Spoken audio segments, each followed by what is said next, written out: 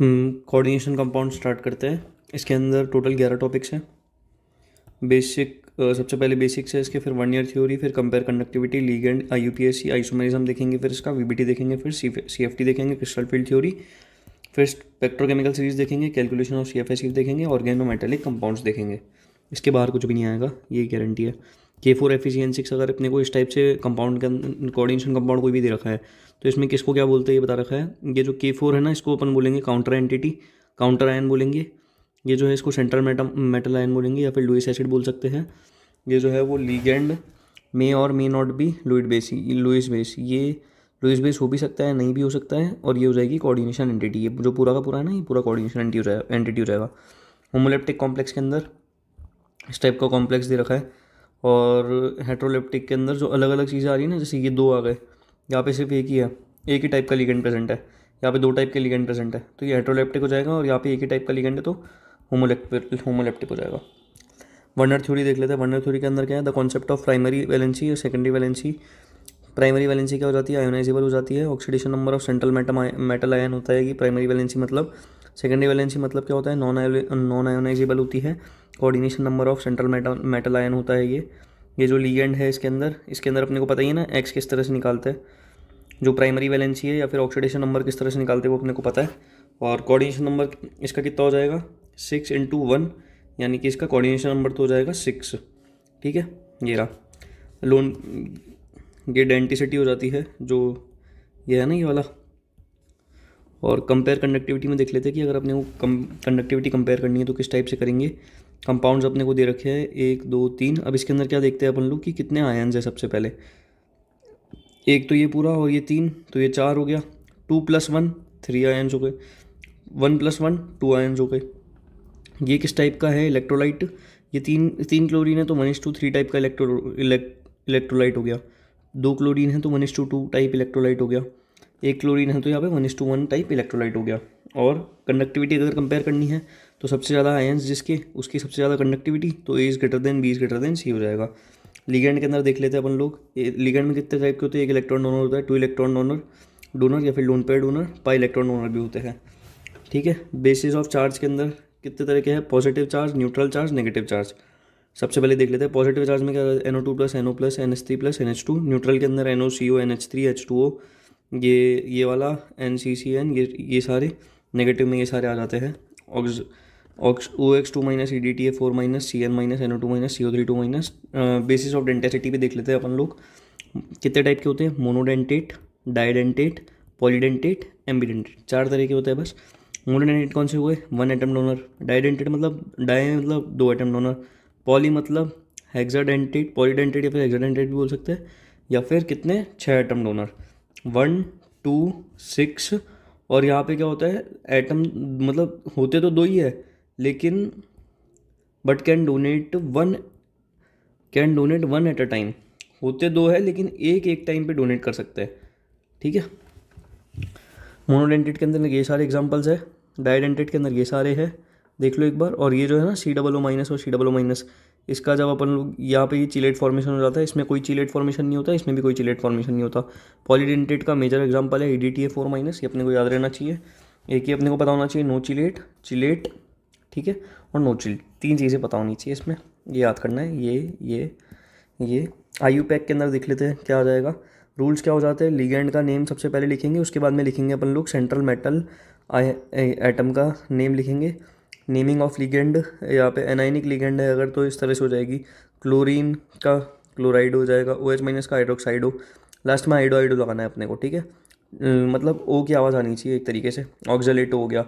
H2O neutral है तो aqua हो जाएगा। NH3 अमीन, CH3NH2 मीथामीन, कार्बोनिल नाइट्रोसिल, और ये सारे ऐसे हो जाएंगे। कैटाइनिक लिगेंड में देख लेते हैं, EM आ जाएगा, नाइट्रोनियम, नाइट्रोसोनियम, हाइड्राजीनियम। प्रीफिक्सेस किस टाइप के आएंगे, di tri are used for number of ligand. Di tri tetra और इस टाइप के यूज़ किए जाते हैं। When ligand has numerical prefix then bis tris tetrakis are used. जब लिगेंड के कितने न्यूमेरिकल प्रीफिक्स होते हैं ना, तब अपन लोग बिस ट्रिस टेट्राकिस को यूज़ करते हैं। ठीक है, CuCl2 En2 इस टाइप से दे रखा है यहाँ पे। डाईथेन 1,2 डायमीन है। इसका नाम लिखना है तो कैसे लिखेंगे, देखो यहाँ पे सबसे पहले अपन क्या लिखेंगे, are used for number of ligand. इसके अंदर लिगेंड कितने भाई, ये देखो, ये बताओ सबसे पहले तो। लिगेंड कितने हैं, 2 है, तो इसमें क्या हो जाएगा, डाई यूज़ करेंगे इसके लिए, लिगेंड के लिए, तो यहाँ पे डाई आ गया, 2 मतलब ये आ गया यहाँ पे डाई। और उसके बाद में ये when ligand as numerical prefixes then, जब लिगेंड के न्यूमेरिकल प्रीफिक्सेस होते तो बिस ट्रिस टेट्राकिस यूज़ करते, तो यहाँ पे बीसीथेन आ गया यहाँ पे पूरा एज इट इज, और ये वाला इसका नाम हो गया। Naming of central metal ion के अंदर ये भी आप देख लो, बताना टाइम वेस्ट रहेगा। क्यूपरेट और यहाँ पे सब में 8 लग रहा है, इस चीज़ का ध्यान रखना है। Oxidation number of central metal ion return after naming of central metal ion in Roman, मैं आपको जब अपन करेंगे ना बोर्ड्स वाला, उसके अंदर इसको लिखने की ट्रिक ही बता दूंगा, तो उससे आपको बहुत ज़्यादा जल्दी हो जाएगा, तो आपको ये जो है ना इसके अंदर इतना टाइम देना नहीं पड़ेगा इस चीज़ को। ये एक एग्जांपल है, करना चाहे तो आप सॉल्व कर सकते हैं। आइसोमेरिज्म में देख लेते हैं, 2 टाइप के होते हैं, स्ट्रक्चरल होता है, स्टीरियो होता है। स्टीरियो में कितने टाइप के होते हैं, 2 टाइप के होते हैं, geometrical isomerism, optical isomerism. Structural isomerism के अंदर ये कोऑर्डिनेशन वाला है, और एक हाइड्रेट आइसोमर्स हो जाते हैं, एक लिंकेज आइसोमर्स हो जाते हैं, और एक आयोनाइजेशन आइसोमर्स हो जाते हैं। कोऑर्डिनेशन आइसोमर्स कौन से हो जाते हैं, जब एनायन और कैटायन का कॉम्प्लेक्स बनता है तो क्या हो जाते हैं अपने कोऑर्डिनेट आइसोमर, ठीक है।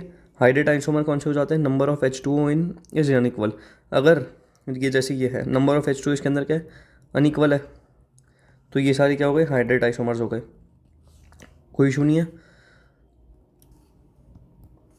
लिंकेज आइसोमर देख लेते हैं, जब एम्बिडेंट लिगेंड प्रेजेंट हो। एम्बिडेंट कौन सा होता था, जिसके 2 डोनर एटम होते थे, लेकिन वो एक वन टाइम पे एक ही डोनेट करता था, और वो वाला था एम्बिडेंट वाला। तो ये देखो, ये इसमें आ गया। Ionization isomers compounds which give differentiation ions in solution, ठीक है, डिफरेंट आयंस इन सोल्यूशन, अलग अलग आयंस होनी चाहिए सोल्यूशन के अंदर, ये है ही अलग अलग आयंस, देख लो। ज्योमेट्रिकल आइसोमेरिज्म के अंदर सबसे पहले अपन लोग फर्स्ट केस पकड़ लेते हैं, जिसका अगर कोऑर्डिनेशन नंबर 4 दे रखा है। 2 ही तरह के हो सकते हैं, या तो कोऑर्डिनेशन नंबर 4 हो सकता है या फिर 6 हो सकता है। सबसे पहले अपन लोग देख रहे हैं 4th वाला, ठीक है। टेट्राहेड्रल ज्योमेट्री दे रखी है अपने को, don't show GI. Tetrahedral geometry के अंदर कभी भी ज्योमेट्रिकल आइसोमेरिज्म में जीआई शो नहीं करता अगर कोऑर्डिनेशन नंबर 4 है तो। स्क्वायर प्लेनर ज्योमेट्री है तो MA4 don't show GI, MA3 भी डोंट शो जीआई, ठीक है। लेकिन MA2B2 करता है, MA2BC करता है, MABCD करता है, और इसके नंबर ऑफ आइसोमर्स कितने हो जाते हैं, 2 2 3 2 2 3 इस टाइप से हो जाते हैं। MA2B2, MA2BC, MABCD ये तीनों करते हैं, मतलब 2 2 2 1 1 2, ये 1 1 1 1 2 2 2 1 1 1 1 1 1, ये तो अपने क्या करते हैं, शो कर देते हैं कोऑर्डिनेशन नंबर 4 में। वैसे लेस इंपॉर्टेंट है, ये 1 4 नहीं करता, 3 1 ये भी नहीं करता। तो इस तरह से अपन तो सिर्फ ये याद कर लेते हैं ना कौन सा नहीं करता, तो अपने को ये पता चल जाएगा, बाकी होंगे उन सब तो करते ही है। तो 1 4 3 1 ये शो नहीं करता, इस टाइप से याद करेंगे अपन। कोऑर्डिनेशन नंबर अगर अपने को 6 दे रखा है, ऑक्टेड्रल ज्योमेट्री है, मतलब अपने को क्या करना है, ये जो टेबल है ना ये वाली पूरी याद होनी चाहिए। अपने को इसको ऐसे तोड़ना है कि सिर्फ एक वेरिएबल बढ़े, और जैसे ही किसी नए के पास टूटने का मौका आए तो तुरंत तोड़ो, बट सिर्फ एक वेरिएबल बढ़ना चाहिए, ठीक है। जैसे अब इसमें MA6 था, तो अपन ने इसको 5 और 1 में तोड़ दिया, तो क्योंकि 5 + 1 भी तो 6 ही होता है ना, ठीक है। अब इसके अंदर 5 और 1 में तोड़ा, तो 5 से 4 कर दिया, 4 किया है तो 1 बचा होगा, तो 1 और 1 ये 2 हो गए, और MA4 B2 है, ठीक है। अब B2 था, B2 से अपन ले B ऐसे था, तो अपन ने इसको BC कर दिया, BC था, और यहाँ पे एक और तोड़ दिया, तो A3 हो गया, B3 हो गया, क्योंकि ये भी क्या था अल्टीमेटली B तो था। ऐसे मतलब लास्ट में जाके आपको याद करने ही पड़ेंगे, तो मैं चाहे कितना भी समझा लूँ याद तो करना ही है। बाई आइडेंटिटीज में से कौन से हो जाते हैं, MA2B2, MA2BC, MAB3, ये वाला नहीं होता। सबसे ज़्यादा पूछा कौन सा जाने वाला है, MA3B3 सबसे ज़्यादा पूछा जाता है, और MA2B2 ये भी बहुत ज़्यादा पूछा भी जाता है, तो अपने को पता होना चाहिए ये चीज़। और ये बाई आइडेंटिटी भी होता है, ये भी ध्यान होना चाहिए। MA3B3, MA2B2 इसके अंदर क्या है स्ट्रक्चर का कुछ तो जोर होता है। इसके अंदर यहाँ पे जो है ये फेशियल वाला आ जाता है, और यहाँ पे ये जो है ये मेरिडोनल आता है। अपने को याद नहीं रखना, अपने को तो ये याद रखना है MA3 के अंदर फेशियल भी बन जाता है, मेरिडोनल भी बन जाता है। MA2B2 में क्या है, less ligand at 90 degree, less ligand at 180 degree cis, और इसके ट्रांस के अंदर क्या है, लिगेंड कम होते हैं 180 डिग्री पे, और लिगेंड कम होते हैं 90 डिग्री पे सिस के अंदर। ऑप्टिकल आइसोमेरिज्म देख लेते हैं। केस 1 कोऑर्डिनेशन नंबर 4 है तो ऑप्टिकल आइसोमेरिज्म शो नहीं करेगा। कोऑर्डिनेशन नंबर अगर 6 है तो अपने को टेबल याद करनी पड़ेगी पूरी की पूरी। एनेंशियोमर आपको पता ही है, non super impossible mirror images जो होती है उनको अपन एनेंशियोमर बोलते हैं। यहाँ पे ये वाली जो टेबल है ये याद कर लो तो सारा हो जाएगा। अभी तक कुछ याद नहीं करना, सिर्फ एक वो स्टार्टिंग में बताया था वो, और एक ये दूसरी चीज़ याद करनी है ये, ठीक है। और फर्स्ट में जो मैंने आपको क्या बताया था याद करने के लिए, ये कि चीलेट किस में बनता है किस में नहीं बनता। मोनोडेंटेड में नो चीलेट, डाइडेंटेड में चीलेट, बाकी में इसमें भी नो चीलेट, तो सिर्फ डाइडेंटेड में चीलेट बन रहा है, ठीक है। ये दो चीज़ें याद रखनी है अभी तक। अपने को ये पूछा गया है कि इसमें which of the following is possibility to exist as meridional isomer. ये जेई में 2023 में 11 अप्रैल शिफ्ट 1 में पूछा गया था। तो अब मेरिडोनियल का कौन सा हो जाता है, मैंने अभी आपको बताया था मेरिडोनियल कौन से हो जाता है, ये रहा Me3B3 हो जाता है। अब ढूंढ लो इसके अंदर Me3B3 का है, Me3B3 आंसर हो गया ये वाला। क्या है, total number of stereo isomers for complex AB2, अच्छा हाँ कुछ और लग रहा है ये रहा MA2, क्योंकि ऑक्जेलेट है ना तो ये डाइडेंटेड होता है, तो ये A2BCM ये हो गया। तो अब इसका अपन ने यहाँ से टेबल मैंने आपको बोला था याद करने के लिए, तो यहाँ से देख लेंगे। इसके अंदर जो प्लेटिनम PTPD गोल्ड होता है वो हमेशा स्क्वायर प्लेनर होता है अगर कोऑर्डिनेशन नंबर 4 है तो, और Zn जो है वो टेट्राहेड्रल होता है।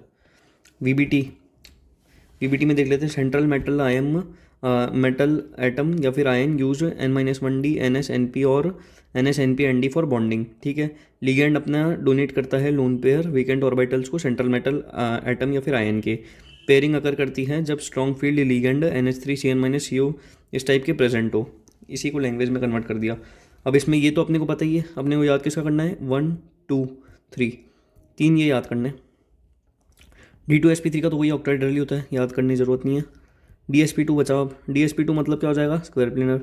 DsP3 मतलब क्या हो जाएगा, स्क्वायर पिरामिडल, ठीक है। चेंज है ध्यान रखना, यहाँ पे ट्राइगोनल बाई पिरामिडल है, यहाँ पे ये स्क्वायर पिरामिडल आ रहा है DsP3 के अंदर, तो DsP3 क्या हो जाएगा, स्क्वायर पिरामिडल, DsP2 हो जाएगा स्क्वायर प्लेनर, ठीक है।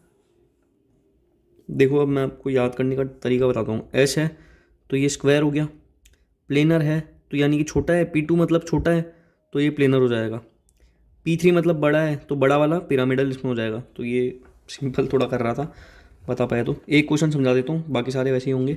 NiCl4 2- इस टाइप से दे रखा है तो X अपन सबसे पहले अगर अपने को ऑक्सीडेशन नंबर निकालना है फिर प्राइमरी वैलेंसी निकालनी है, अपन इसको प्राइमरी वैलेंसी भी बोल सकते हैं। तो अपन ने क्या करेंगे, इसका निकालना है निकल का, तो X और क्लोरीन के ऊपर नेगेटिव होता है तो -4 = -2 लिख दिया, X इसमें 2 आ गया तो ऑक्सीडेशन नंबर इसका ये 2 हो गया। कोऑर्डिनेशन नंबर कितना हो जाएगा इसका, या फिर लिगेंड कितना या फिर डेंसिटी कितनी हो जाएगी, 4 × 1 = 4 हो जाएगा। इलेक्ट्रॉनिक कॉन्फ़िगरेशन के अंदर देख लेंगे अपन किस तरह से लिखेंगे, आर्गन और यहाँ पे ऐसे लिखते हैं ना N-1D NSNP इस टाइप से लिखते हैं अपन लोग, तो वही लिख रहे हैं अपन लोग एज इट इज़ यहीं पे। और मैजिक नंबर्स याद होने चाहिए, 2 10 18 36 52 इस टाइप से चलते हैं, 54 था शायद से, ठीक है। इलेक्ट्रॉनिक कॉन्फ़िगरेशन लिख लेंगे, ये भी कर लेंगे। मैग्नेटिक मोमेंट निकालना आता है √(n)+2 से, हाँ। EAN क्या हो जाता है, एटॉमिक नंबर माइनस का oxidation number plus 2 × coordination number, ठीक है। इफेक्टिव एटॉमिक नंबर कितना हो जाएगा, तो इसका हो जाएगा 28 माइनस का 2 प्लस का 2 × 4 = 34। ये आना चाहिए निकालना। कलर्ड है नहीं है ये कैसे पता चलेगा, अनपेड इलेक्ट्रॉन हुआ तो क्या हो जाए, देखो इसके अंदर अनपेड इलेक्ट्रॉन नहीं है तो कलर्ड हो जाएगा, अनपेड इलेक्ट्रॉन हुआ तो फिर क्या आ जाएगा, नॉन कलर्ड आ जाएगा, और पेड इलेक्ट्रॉन हुआ तो अपने कलर्ड आ जाएगा। NiNH3 जो है वो उसके अंदर पेयरिंग नहीं होती है इलेक्ट्रॉन्स की। PTPDAU अगर कोऑर्डिनेशन नंबर 4 है तो हमेशा स्क्वायर प्लेनर होता है, PTPDAU। ये 3 पॉइंट तो बाय हार्ट याद होनी चाहिए, ये एक्सेप्शंस है इस चैप्टर के, तो एक्सेप्शंस तो अपने को कोई भी किसी भी तरह से पूछ सकता है। PTPDAU in coordination number 4 always square planar होता है, CO-C2O4 3 पेयरिंग इसके अंदर करती है। CFT में देख लेते हैं, अगर टेट्राहेड्रल फील्ड है तो अपने सबसे पहले ऊपर क्या आ जाएगा, T2G है। T2G से कैसे याद रख सकते हैं, T2G, ठीक है। EG 2 ब्लॉक पढ़ने हैं ये पता चल गया। अब T2G है तो 2 है तो यहाँ पे 2 आ जाएगा, ठीक है। 2 है तो यहाँ पे 2 आ गया तो 2/5 ΔT हो जाएगा। और यहाँ पे क्या है, यहाँ पे तो ये 2 आ ही गया और बचा क्या, अब जितना 1 में से माइनस करके 3/5 ही तो बचा, 3/5 ΔT आ गया इसमें ऐसे। ये मैंने याद रखने का बता ही दिया आपको कि कैसे याद रखना है। EG है, T2G है, 2 है तो अपने 2/5 यहाँ पे आ गया, बचे वाले में 3 आ गया। ये अपने को याद हो गया। ऑक्टेड्रल फील्ड के अंदर जो है Eg ऊपर होता है और नीचे T2G होता है। Eg ऊपर होता है, नीचे T2G होता है, ठीक है। तो 3 ऊपर होगा, नीचे 2 ही होगा, क्योंकि 2 क्या है, छोटा नंबर है ना भाई। डेल्टा नॉट क्या हो जाता है, क्रिस्टल फील्ड स्टेबलाइजिंग एनर्जी हो जाती है इसमें। फैक्टर्स अफेक्टिंग CFSE, ये भी पूरा याद होना चाहिए एज इट इज, ये जिस पे लगा रखा है ना ये याद होना चाहिए। CFSE is directly proportional to oxidation number. CFSE is equal to 3D is less than 4D is less than 5D। CFSE delta naught की ज़्यादा हो जाती है डेल्टा T से। CFSE और strong field ligand is greater than weak field ligand, ये पता चली गया। अब इस टाइप से अपने को दे देंगे 3 चीज़ें, करेक्ट ऑर्डर दिखाना है इसका वेवलेंथ का। वेवलेंथ का ऑर्डर कैसे बताएंगे भाई, सबसे पहले CFSE का CFSE is inversely proportional to wavelength, ये और रिलेशन है, तो इससे अपन को ये पता चल जाएगा। एक बार सचिन क्लास से फरार और ऑक्सीडेट का पानी से प्यार, ये जितने भी है ना, ये जो मैंने ये लाइन बोली है एक, इससे आपको सारे के सारे वीक फील्ड लिगेंड पता चल गए और उसके ऑर्डर्स भी पता चल गए। तो वीक फील्ड लिगेंड अपने को पता होगा, तो वीक फील्ड लिगेंड में पेयरिंग होती है क्या, पेयरिंग नहीं होती। स्ट्रॉन्ग फील्ड लिगेंड के अंदर पेयरिंग होती है। तो वीक फील्ड लिगेंड कभी भी आया तो पेयरिंग नहीं करनी, स्ट्रॉन्ग फील्ड लिगेंड आया तो हमेशा पेयरिंग करके फिर ही आंसर लिखेंगे। नाचते हुए उड़ता ammonia in north Canada and Colombo, दोनों ट्रिक पूरी याद होनी चाहिए, बहुत ईजीली मैंने यहाँ पे लिखवा रखी है। कैलकुलेशन ऑफ CFSE में देख लेते हैं। X number of electron in T2G, x क्या हो जाते हैं, नंबर ऑफ इलेक्ट्रॉन हो जाते हैं T2G में, वाई हो जाते हैं number of electron in EG, Z क्या हो जाता है, पेयर्स ऑफ इलेक्ट्रॉन हो जाता है, ठीक है। T2G में एक्स हो रहा है और EG के अंदर वाई हो रहा है, ध्यान रखना होगा। CFSE का फॉर्मूला क्या हो जाता है, CFSE equal to x into minus का 0.4 डेल्टा नॉट और डेल्टा नॉट प्लस का वाई इंटू 0.6 डेल्टा नॉट और प्लस का ZP, जहाँ पे Z क्या है, पेयर्स ऑफ इलेक्ट्रॉन्स है, कि कितने भाई पेयर ऑफ इलेक्ट्रॉन है ये इनके अंदर। अब ऐसे बता देंगे, पूछेंगे किस टाइप से question, the complex with highest magnitude of crystal field energies, titanium अपने को ये इस टाइप से ये सारे दे रखे हैं, ये अपन चेक करते हैं। टाइटेनियम की अपन ने लिख ली सबसे पहले इलेक्ट्रॉनिक कॉन्फिगरेशन, टाइटेनियम 3+ करना था इसमें, तो टाइटेनियम 3+ आ जाएगा ना यहाँ पे। जब अपन क्या निकालेंगे, ऑक्सीडेशन नंबर निकाल लेंगे इसका, तो यहाँ पे आई जाएगी। OH क्या होता है, सबसे पहले ये देखो, OH जो होता है, ये OH वीक फील्ड लिगेंड है तो इसमें पेयरिंग नहीं होगी, मैं आपको एक करके दिखा दे रहा हूँ। तो टाइटेनियम है, इसकी जब अपन लोग लिखेंगे तो अपने यहाँ पे ये पूरी लिखी रखी है, टाइटेनियम 3+ कर लेंगे इसके अंदर। और ये 3+ कैसे निकाला, X, और ये वीक फील्ड लिगेंड है तो इसके अंदर पेयरिंग नहीं होगी, तो ये हो जाएगा माइनस का 0 इक्वल टू 3, तो X इक्वल टू 3 आ गया, तो इसके ऊपर टाइटेनियम 3+ लग जाएगा ये वाला। और अब अपने को क्या लिखना है, कोऑर्डिनेशन नंबर क्या है। अब यहाँ पे ये इससे पता चलेगा कोऑर्डिनेशन नंबर का क्या चक्कर है। ये कितने 6 है अगर, तो कोऑर्डिनेशन नंबर क्या हो गया, 6 हो गया, 6 × 1 हो जाएगा ना भाई। तो ये 6 आ गया, तो 6 आ गया, 6 आ गया, इन सब में 6 वाला ही देखना है, तो बस इससे पता चल जाएगा। यहाँ पे अपन फिल कर देंगे ऑर्बिटल में, CFSE की वैल्यू निकाल लेंगे। ये भी ऐसे ही करना है, ये भी ऐसे ही करना है, ये कर लेंगे अपन, ये भी ऐसे ही करना है। कॉन्सेप्ट क्या हो जाएगा, central metal atom strong field ligand. अगर D5 होता है ना तो नीचे T2G आएगा, ऊपर EG आ जाता है, तो 1 2 3 4 5 इस टाइप से भर रखे, तो ये वैल्यू आ जाती है। स्ट्रॉन्ग फील्ड लिगेंड है अगर, तो ये वैल्यूज़ निकाल रखी है। ऑर्गेनोमेटेलिक कंपाउंड क्या हो जाता है, ऐसे मेटल जो कार्बन से डायरेक्टली बॉन्डेड होते हैं। कोई भी मेटल जो कार्बन से डायरेक्टली बॉन्डेड है तो इसको अपन लोग क्या बोलेंगे, ऑर्गेनोमेटेलिक कंपाउंड, क्योंकि सबसे पहले ऑर्गेनिक है, मेटेलिक है, और ये क्या है, कार्बन से बॉन्डेड है, ये अपने को देख समझ में आ रहा है। आयोनिक के अंदर मेटल और कार्बन का आयोनिक बॉन्ड होता है, मेटल और कार्बन का कोवलेंट बॉन्ड होता है कोवलेंट के अंदर। सिग्मा बॉन्ड, अब कोवलेंट बॉन्ड के अंदर मेटल और कार्बन का कोवलेंट बॉन्ड है। कोवलेंट बॉन्ड कितने टाइप के होते हैं, 2 टाइप के होते हैं वैसे तो, सिग्मा बॉन्ड और पाई बॉन्ड, लेकिन एक ऐसा भी तो हो सकता है कि सिग्मा भी हो और पाई भी हो। ये देख लेते हैं, सिग्मा बॉन्ड में क्या आ जाता है, RMgx Al2Me6 और CH4SN, ये एग्जाम्पल दे रखा है। पाई बॉन्ड का ये एग्जाम्पल दे रखा है फेरोसिन से, ये जो होता है ये स्ट्रक्चर हो जाता है फेरोसिन का। सिग्मा एंड पाई बॉन्ड के अंदर मेटल कार्बोनिल आ जाता है, NiCO4 दे रखा हो तो, CONi ऐसे दे रखा है। ये CO2CO8 है, इसका स्ट्रक्चर याद होना चाहिए, important, very very important structure है। ये इसका एग्जाम्पल हो जाएगा। CrC6H6 ट्वाइस, ये इसी के नीचे का है, सिग्मा बॉन्ड का यही वाला, सिग्मा का नहीं पाई बॉन्ड का है ये वाला। तो इसमें CrC6H6 ट्वाइस डाइबेंजीन क्रोमियम भी होता है, जीजेस सॉल्ट भी होता है। जीजेस सॉल्ट का भी फॉर्मूला एक बार देखा हुआ होना चाहिए, पहले से पता तो होना चाहिए किस टाइप का होता है। FeCO5 हो गया, CrCO6 हो गया, Mn2CO10 हो गया, ये इस टाइप से हो जाता है। ये अपना फॉर्मूलाज वगैरह तो सारे अपने को याद